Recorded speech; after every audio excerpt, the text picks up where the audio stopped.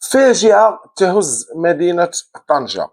واحد الزوج غادي يسخن 5 لتر ديال الزيت في طنجرة مزيان حتى غادا تغلي مزيان، وغيجيبها غيخويها على الزوجة ديالو اللي كانت آية من الجمال، وأي واحد كان كينبهر من الجمال ديالها غيخويها عليها من بعد ما كانت ناعسة، وغيخليها في واحد الوضعية اللي خطيرة، كتغلي بحال شي حوته وسط الزيت، وغيلوح هذيك الطنجره حداها وغيلد بالفرار عفوا.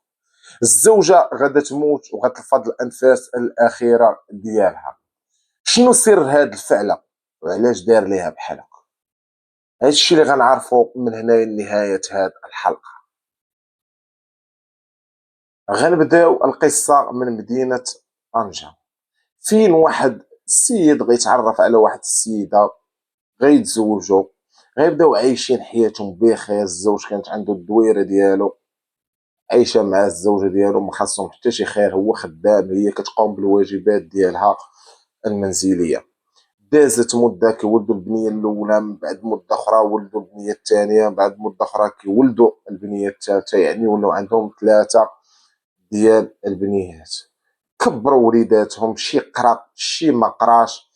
المهم البنت كيوصلوا للسن القانوني ديال الزواج، صافي الدريه اللي عرفت شي حد راه كتبغي تزوج عليه.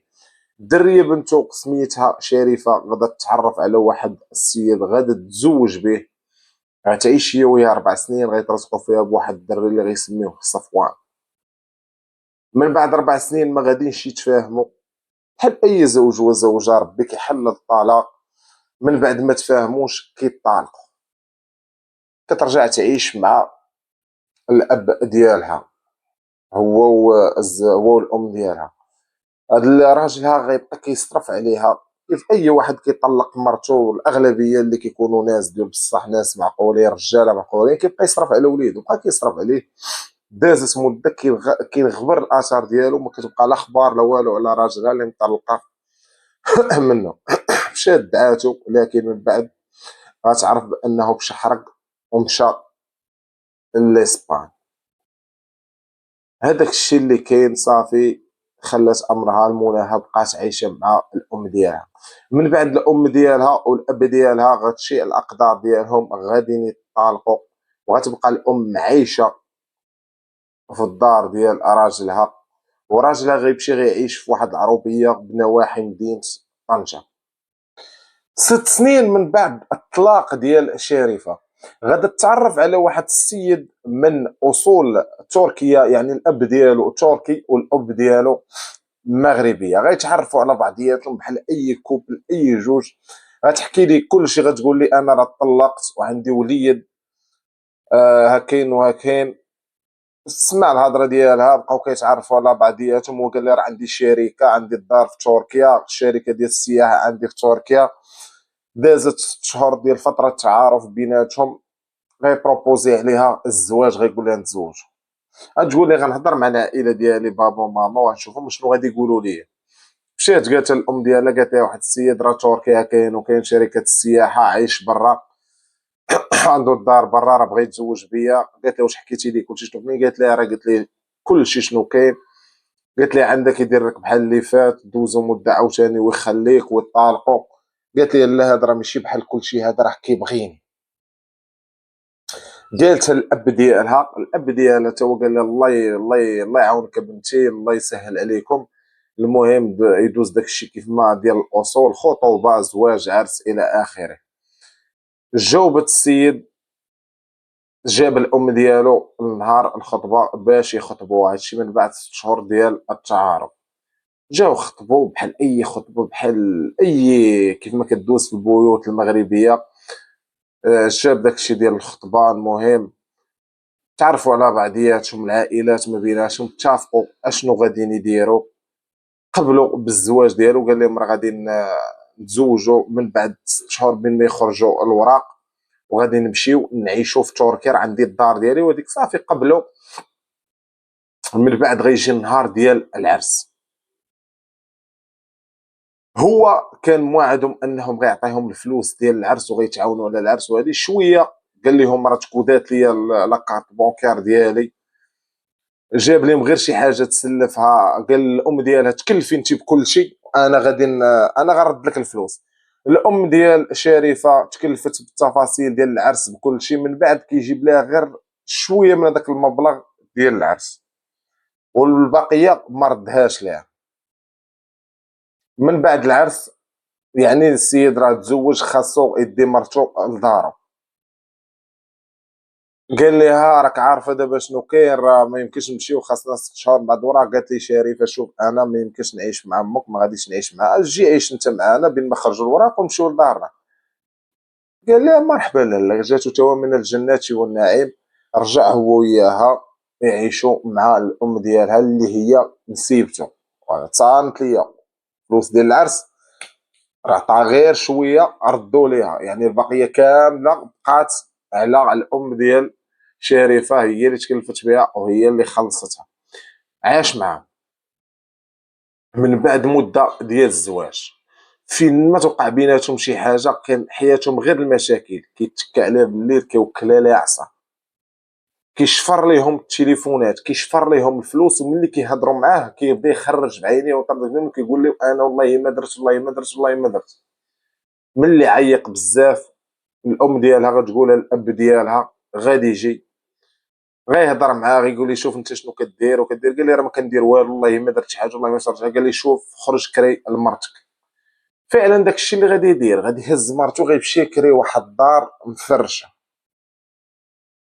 اسمها ليا، مشاو سكنوا فيها، الامور عندهم بخير، كانوا عايشين بخير، عايشين مزيان. شويه غير رجعوا للعوايد ديالهم، المشاكل والصداعات والروينه، وكل نهار مشاكل كل نهار صداعات. هادشي راه عايش معاه موليد، كيشوف هاد الحاله اللي واقعه بيناتهم. دازت مده تقريبا نهار في العيد الكبير، يمكن في العيد الكبير اللي داز. واحد النهار هو خرج الصباح حتى كيجي مول الدار كيدق عليها في الباب، كتحل عليه كتجاوبو. قالت لي نعم السير، هادي مرا بوحدها. تيجي راجلي وهبط هضر معاه، قال لي شوف يا لاله، راجلك خاصو يعطيني فلوسي. قالت لي اش من فلوس كدويك، هو عطيك شهرين تصبيق. قال لي ودي اش من شهرين ديال التصبيق، راه كاري لي الدار ب 5000 درهم، هو عطيني 2000 درهم، كنت سالو 3000 درهم ديال الشهر الاول، وها الشهر الثاني قريب يسالي، عطيوني فلوسي ولا خرجوا فحالكم. قالت لي واخا سيدي حتى يجي. عرفاتو كذاب، عرفاتو ما كاين عنده حتى حاجه وغير الكذوب. قالت لعائلتها الام ديالها، غير جا بدات كتنقول عليه انت كذاب، انت ما عندك والو، وكاين وكاين وكاين. من هذاك النهار وهم صداع وهم تناقير، هما صداع هما تناقير، وعايشين في واحد الحياه اللي خيبه. حتى واحد النهار اللي هو يوم الفاجعه، كانت هاضره مع اختها حتى 4 ديال الصباح. هو كيتصنت، سرق السمع، سمع هاضره مع اختها كتقول لها انا غادي نطلق. هو ديجا كانت قالت لي صافي ما بقيتش بغيتك، انا باغا نطلق، ما بقيتش باغا هاد الحياه وهاد العيشه، انت كذاب. سمعها كتقول لختها هاد السيد كذاب، ما عنده حتى شي حاجه، انا غنهز ولدي ونجمع حوايجو الصباح غادي نجي لدارنا. هو غير سمع هذيك الهضره حقد، جا وهضر معاه، قال له اش باغي السالي. قال له غير بقى يهضري، غير بقى يهضره، غير بقى يهضره مع اختك، يعني كيتبت فيها. قال له بقى يهضره حتى سالات الهضره ديالها مع 4 ديال الصباح، وهذيك الهضره بقات كدور ليه في راسو ديال غنجمع حوايجي وغادي نمشي في حالي ونهز ولدي ونطلق. شد 5 يطرو ديال الزيت، غلاها مده طويله، يعني درجه الحراره ديالها ارتفعت، غتخوي على اللحم غادي يذوب. خلاها حتى نعست، وشد هذيك الطاوه عامره الزيت ومغلي وخواها عليها، تخلاها كتغوط ربي الخلق وكتغلي وسط هذاك الزيت بحال شي حوته مقليه. ولاح هذيك الطنجره فوق الناموسيه ومشى هرب. وهذا الشيء كامل اللي وقع كيشوفوا وليد، تصوروا اش غادي يوقع لهذاك الدري وكيفاش غادا تكون النفسيه ديالو. الجيران سمعوا الغوت ديالها، عيطوا لمول الدار اللي كان عنده الدوبل ديال السارو، تجحل الباب، دخلوا شافوها في واحد المنظر اللي خايب ديالو بصح. عيطوا لومبيلونس جات داتها، عيطوا الوالديه جاو عاودوا لهم لافير كامله اشنو وقع. الاطباء داروا اللي في جهدهم، لكن غتلفظ انفاسها الاخيره وغتموت في السبيطار من بعد ما وصلت لواحد الحاله اللي خطيره جدا.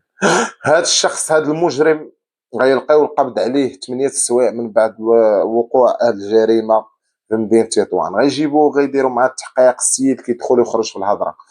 عيطوا لوالديه، جابوا لهم وراق كيتبتوا بان هذا السيد مريض نفساني. وهنا كتكون الصدمه كبيره.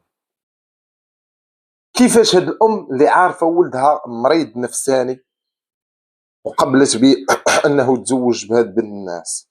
يعني انت عارفه ولدك ممكن يخرج على هاد السيده وما قلتي والو لهاد الناس وخليتيه يتزوج بها.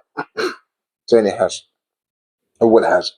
ثاني حاجه، علاش لي ما تكونش واحد الخبره لاي زوج واي زوجه؟ غنشوفوا الزوجه واش صحيحه، يعني ما عندها لا امراض نفسيه لا والو، نشوفوا حتى الزوج واش عنده شي امراض نفسيه ولا والو، تماك عاد عاد يتم الزواج، يعني ما كاينش شي مشاكل، ما كاين حتى شي حاجه. والدريات ماشي غير جيو تزوج بالكم السيد زوين تركي بدا يكذب عليكم، هادي تزوج من بعد تلقاو واقع مر وتلقاو شيء اخر. حداو راسكم اخواتاتي، حداو راسكم اخوتي، لان ماشي كلشي ولاد الناس. الرجاله فيهم ولاد الناس وحتى الدريات فيهم ولاد الناس. قلبوا على بعضياتكم، وراه كاين الخبره اللي كتبين هذاك الشخص ولا هذيك الشخصه واش طبيعيه نفسيا. حيت الا كان مريض نفساني او مريضه نفسيا من بعد راه غتكون حياه مر، وممكن تسالي بكارثه بحال هادشي اللي وقع في هاد الفاجعه ديال طنجه. تهلاو ليا في راسكم. اللي وصلت لهنا خبط لايك، جيم، سبسكرايب، اشترك اللي مازال ما اشترك، وخلينا واحد الكومونتير وعطينا رايه في هاد الفاجعه اللي وقعت. تهلاو ليا في راسكم.